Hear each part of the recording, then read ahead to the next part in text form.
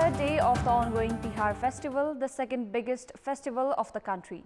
Despite the ongoing pandemic, countrymen are seen celebrating Tihar, the festival of lights, with significant enthusiasm and fervor. Celebrations apart, the country is in a crucial phase in its fight against COVID-19 as it faces the challenge of bringing the virus under control, which might surge again as people try to resume their regular activities during and after the festivities. Good morning, I'm Sarah Chitrakar and these are the top stories of the hour. Govardhan Puja being celebrated across the country with much fanfare. The global pandemic of the coronavirus affects overall festival economy. The objections raised by Executive Chairman Dahal raising questions about Prime Minister Oli creates ripples in the ruling NCP. Protest erupts in support of President in Washington to oppose 2020 election results. Trump refuses to accept defeat.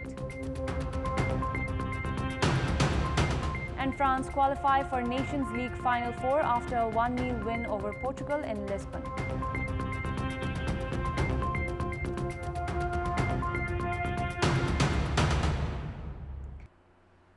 The third day of Tihar festival today, also known as Yam Panchak, is being celebrated across the country by observing Govardhan Puja, Gai Puja, Goru Puja and Mah Puja later today.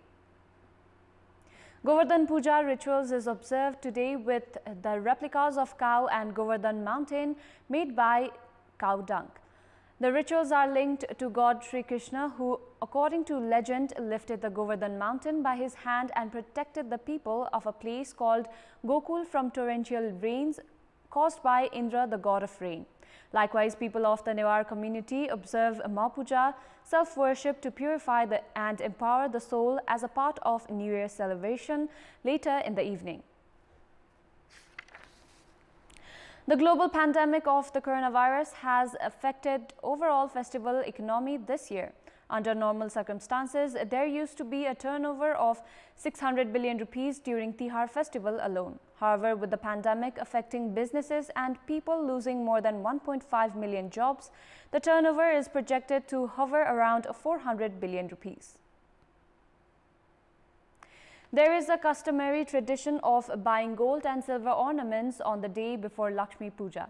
Under the normal circumstances, there used to be trading of 3,000 kg of silver and 50 kg of gold during Tihar, which this year could not even record half the transaction.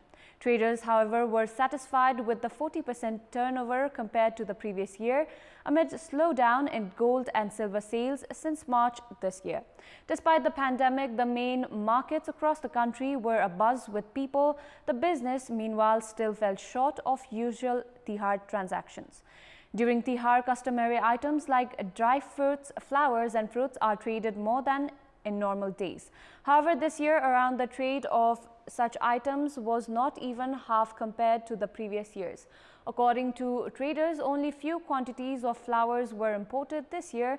According to Nepal Rashtra Bank, 13 to 15% of total gross domestic product or GDP is consumed during the Tihar alone. However, the scenario is different than that of previous years as the purchasing power of public has been limited this year due to the pandemic. Coronavirus continues its surge in the country as 1,946 new cases of COVID-19 were confirmed yesterday, taking the total case tally to 208,299. Meanwhile, the death tally has climbed to 1,215, with 13 more individuals succumbing to the virus yesterday. According to the Health Ministry, a total of 8,753 swab samples were tested yesterday, taking the test tally to over 1.6 million. The PCR test responded with 835 positive cases in the federal capital as Kathmandu district confirmed 642 cases, while Lalitpur reported 105 and Bhaktapur registered 88 cases. Likewise, 2,503 individuals registered full recovery, taking the national recovery tally to 170,632, while the recovery rate stands at 81.9%.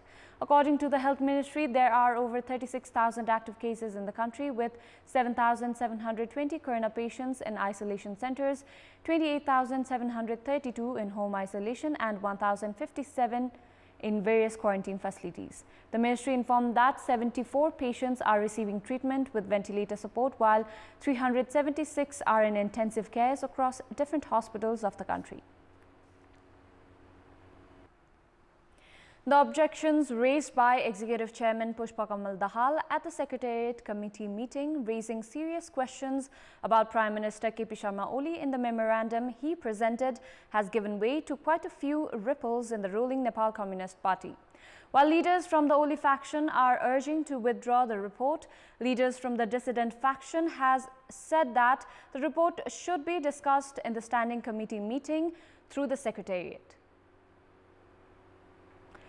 As the relations between the chairman has reached its lowest point, factions led by both the chairmen have been presenting themselves aggressively against each other in recent days.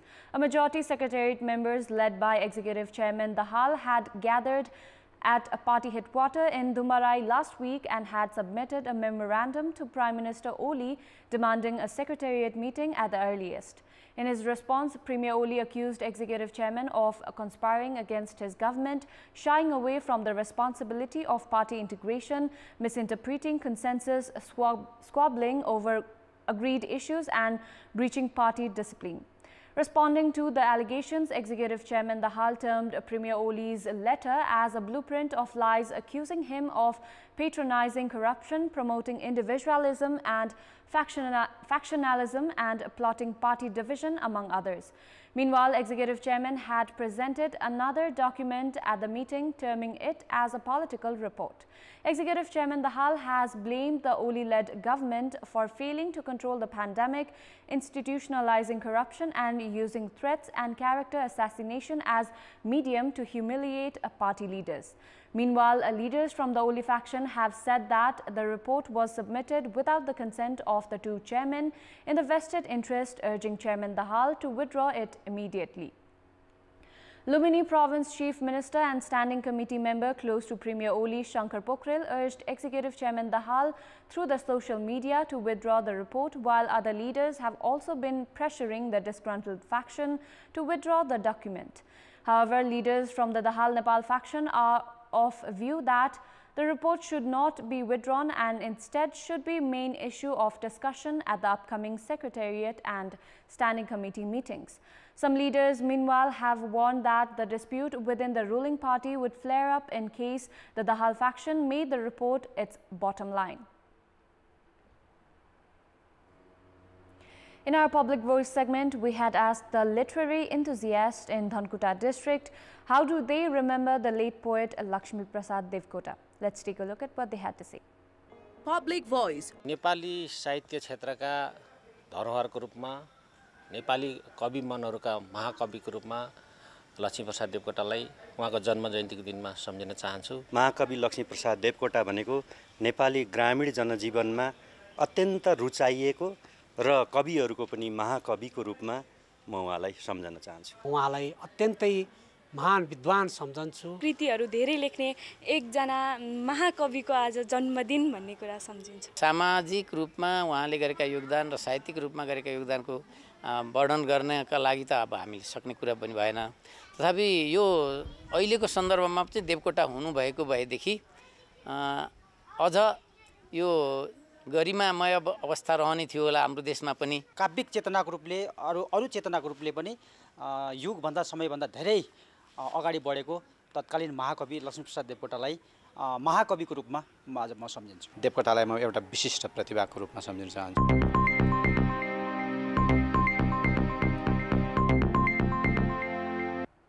It's time now for our segment Public Pulse, where you text us with your opinion. Public Pulse. Here's the question: what could be the reason for the delay in completing big projects despite repeated extension of deadline? Your options are A. Managerial incompetence, B. Inexperience, and C. Technical complexities. The voting is on. Type NEWS, select your option A, B or C and send it to 34001 to share your opinion with us. Before wrapping up, here's a look at the top stories once again. Govardhan Puja being celebrated across the country with much fanfare. The global pandemic of the coronavirus affects overall festival economy. The objections raised by Executive Chairman Dahal raising questions about Prime Minister Oli creates ripples in the ruling NCP. Protest erupts in support of President in Washington to oppose 2020 election results. Trump refuses to accept defeat. And France qualify for Nations League Final Four after a 1-0 win over Portugal in Lisbon.